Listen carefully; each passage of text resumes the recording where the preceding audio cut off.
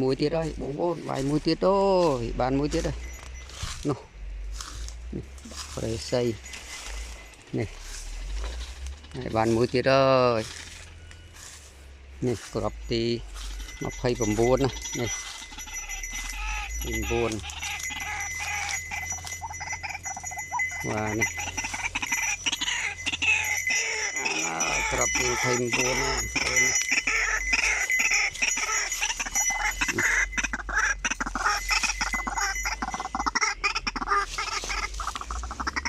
muối tiết đây